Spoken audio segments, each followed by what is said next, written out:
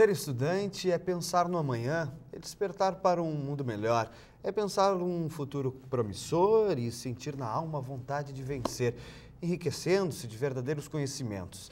O Contraponto de hoje discute a vida do estudante, a correria que a gente vive hoje no mundo estudantil e também todas as dificuldades que ocorrem também por esses alunos, sendo da escola pública ou sendo de uma escola particular ou de um ensino superior, tem essas dificuldades. Nós estávamos falando desse ser que não se mobiliza, né? O estudante que tem essa diferença daquele estudante de um tempo atrás que se mobilizava politicamente, enfim, e nós estávamos falando disso. Por que será que hoje não se tem essa questão política, esta questão talvez metódica de um futuro melhor para cada um? Por que vocês acham que acrescenta isso, professor Rangel? É uma pergunta bem complexa, não tem respostas ainda definitivas para isso, mas assim, de maneira rápida, né, conforme no formato do nosso programa aqui, eu acredito que sim, são 3 vetores que orientam esse comportamento. O primeiro é o ambiente estudantil mesmo, que foi sempre a grande fonte dessas mobilizações. A escola, ela, talvez a professora não concorde plenamente, mas vai até como uma provocação, a escola hoje, ela aliena o aluno do seu papel como sujeito, que já começa como sujeito dentro da sala de aula. O aluno que é muito questionador, muito provocador, o aluno que é inquieto, o aluno que questiona, mas por que assim? E por que não podia ser outro? E por que esse dia tem aula? Não tem? Esse aluno, ele é um aluno importuno, é um aluno que causa problemas, gera, né? E, no entanto, esse aluno pode ter um potencial de criticidade, de competitividade, de inserção como liderança muito grande. Ele só não está trabalhado para canalizar e exteriorizar assim comportamentos que vão em benefício do todo, do conjunto da sociedade. Mas ele tem um potencial. E não é um aluno incômodo, ele é um aluno com potencial. No outro, ou seja, a liderança já é morta na sala de aula, nas séries iniciais. Sim, antes que tu termine, eu quero perguntar para a professora. É realmente isso, talvez, que aconteça? Ou o que acontece com esse estudante que, às vezes, tenta falar e acaba sendo reprimido, da escola pública, vamos dizer assim? Sim. Se tem até um preconceito, digamos assim, de um aluno. Dessa criticidade. Eu vejo que isso vem ao encontro do despreparo do professor para encontrar esse aluno, né? Esse aluno contextualizado, esse aluno informatizado, né, também, né, do contexto realmente do computador, né, dessa linguagem, né. Então ele não vem mais aquele aluno que espera do professor toda a informação. Então como eu falo, né, novamente reportando as lições do Rio Grande, nós temos um ensino transmissor que não é mais compatível para o dia de hoje. Nós temos que ter hoje um ensino, né, em que o professor aprender a aprender junto com o aluno, no diálogo, com aquilo que ele pode trazer de informações dele, transformar essas informações em conhecimento, né? Fazer essa relação é difícil também. Por quê? Porque nós temos, por exemplo, na rede, o grande número de professores são formados num perfil tecnicista, dentro de um perfil pragmático mesmo, né, de conteudista. E hoje a gente quer um outro professor que está já em processo de aposentadoria, né, e mesmo se colocando as formações, ele talvez já não tenha mais aquele pique todo, né. Então, eu acho que isso é uma relação bem sistêmica mesmo. Como diz o professor, talvez não seja para a gente ver agora, mas com certeza as propositivas da educação a nível nacional e estadual, eu vejo, nós aqui no Rio Grande do Sul, a preocupação do baixo IDEB, né, do índice, né, tudo isso vem mostrando que a gente está errado, que nós temos que fazer uma outra costura. Bom, isso tudo depende, claro, de atitudes do governo, de atitudes até das próprias... Aqueles outros, os 2 vetores que eu estava para complementar. O segundo vetor tem a ver com o contexto sociocultural, mais abrangente, amplo. Aonde a competitividade, a individualidade, o pragmatismo extremo, a questão de se dar bem em relação do indivíduo com relação ao grupo, né? todos esses valores, esse conjunto de exemplos de valores, de procedimentos que estão disponíveis no repertório de ações possíveis para o jovem, desestimulam a agregação, o associativismo, a cooperação, o engajamento e, sobretudo, que é o elemento causa mortes, que impossibilita o surgimento de projetos coletivos. Dificulta o projeto coletivo, certo? Que pode ser no bairro, pode ser da escola, mas ele já morre na casca, ali, o projeto.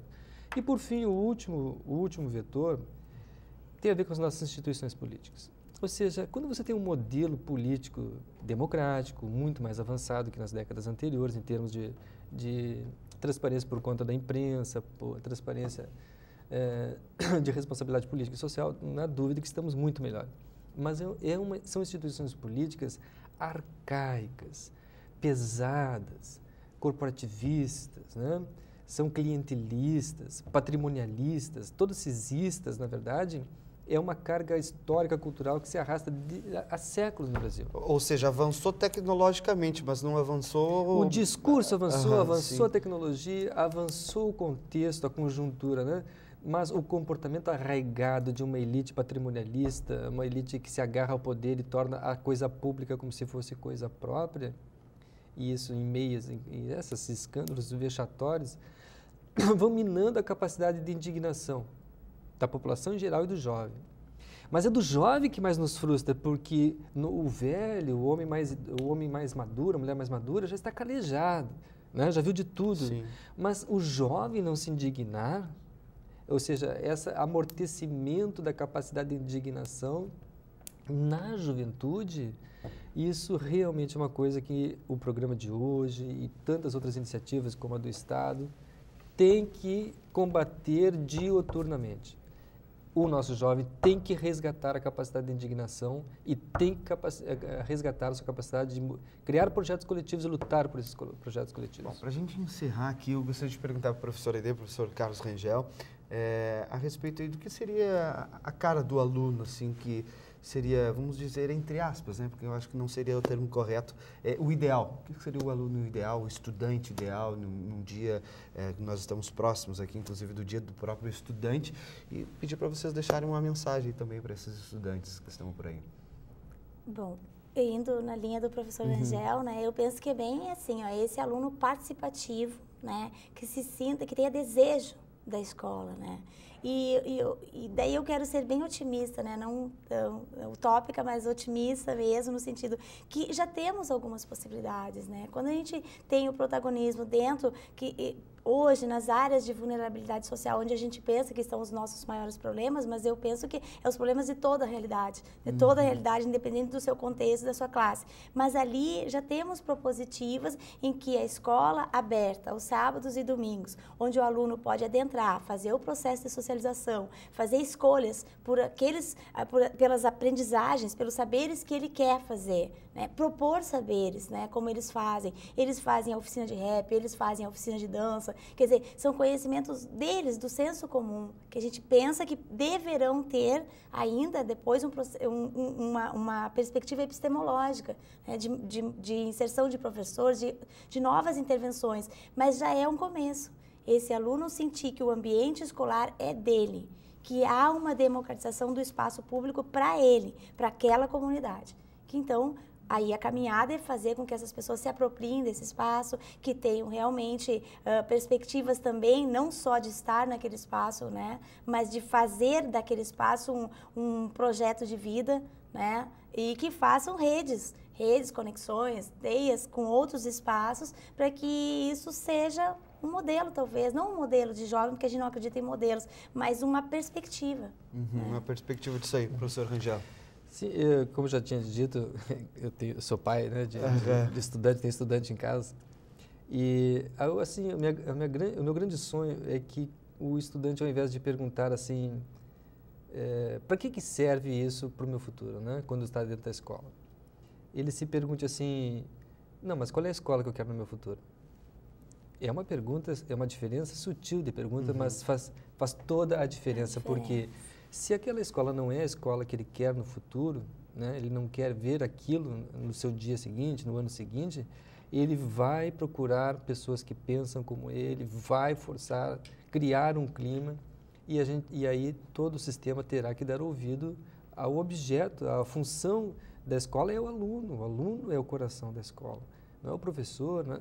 Se o aluno se engaja e diz assim, essa não é a escola que eu quero para mim, isso não é o meu futuro, com certeza o sistema muda. Tá certo.